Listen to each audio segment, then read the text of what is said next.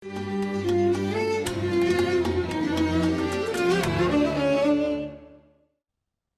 proses pembuatan Al-Quran mulai tahap rancangan sampai di tangan pembaca memiliki perjalanan yang cukup panjang. Ya, di Bandung, Jawa Barat, pemirsa, terdapat tempat pembuatan Al-Quran. Kita dapat mengetahui berbagai proses di balik pembuatan Al-Quran tersebut. Percetakan Al-Quran Syamil Group di wilayah Kiara Condong, Bandung, Jawa Barat ini merupakan percetakan Al-Quran terbesar. Selain percetakan Al-Quran, pabrik Syamil Quran juga mencetak buku-buku bernuansa Islami. Setiap karyawan yang membuat mushaf Al-Quran harus dalam kondisi suci. Karyawan wajib melakukan wudhu dan juga meletakkan hasil cetak tidak boleh diletakkan di lantai. Percetakan Al-Quran melewati beberapa quality control di setiap lembarnya.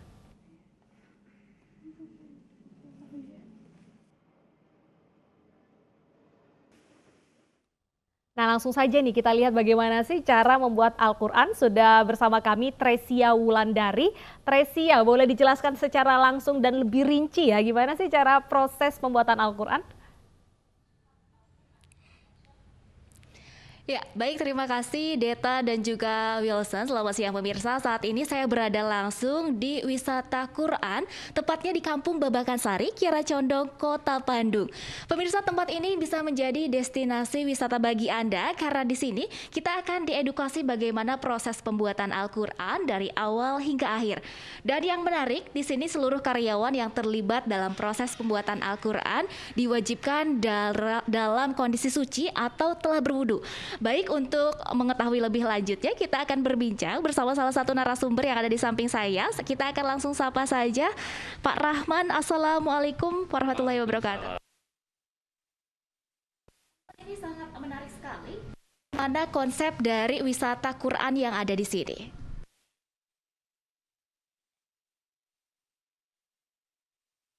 Itu sebenarnya targetnya kita ingin mendekatkan masyarakat kepada Quran. Jadi kalau nanti para pengunjung yang hadir, pertama akan diperlihatkan videografi tentang bagaimana perkembangan Al-Quran dari masa ke masa.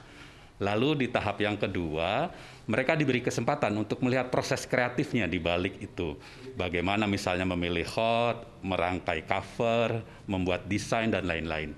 Lalu fase ketiga, diberikan kesempatan untuk melihat langsung ke pabrik percetakannya.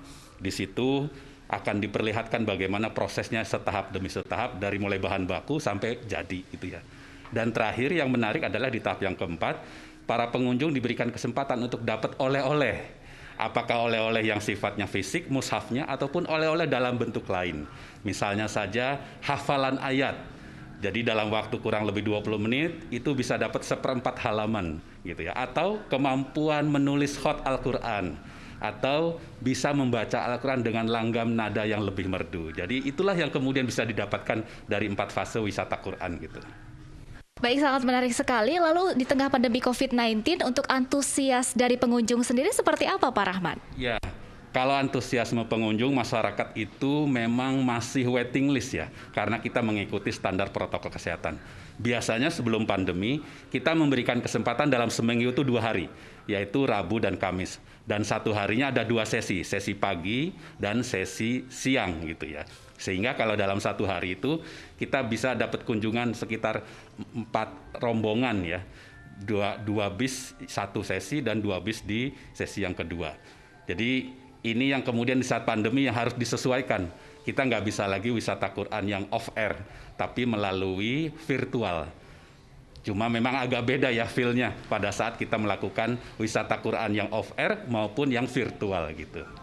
Baik, lalu untuk proses pembuatannya secara detail seperti apa Pak Rahman? Ya, kalau kita misalnya berkesempatan untuk melihat nanti secara detailnya ada 17 tahap. Tapi setidaknya kita akan jelaskan concern kami dalam memproduksi mushaf Al-Quran. Pertama, kita concern sama dari bahan baku.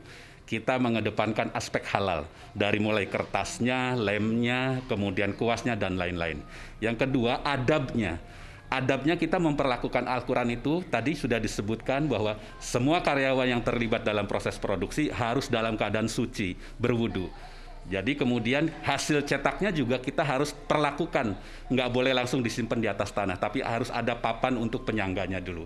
Dan di atas Quran itu nggak boleh lagi ditempatkan barang-barang lain, cetakan yang lain harus mushaf semua. Seperti itu kira-kira. Baik, terima kasih Pak Rahman atas informasinya.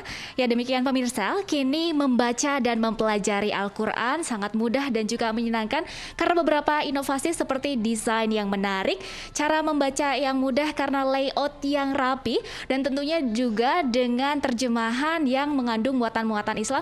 Dan di sini juga ada Al-Quran yang dapat dibaca dengan pena elektronik. Baik, demikian pemirsa informasi yang dapat saya sampaikan dari Bandung, Jawa Barat. Kembali ke studio, Deta dan juga Wilson.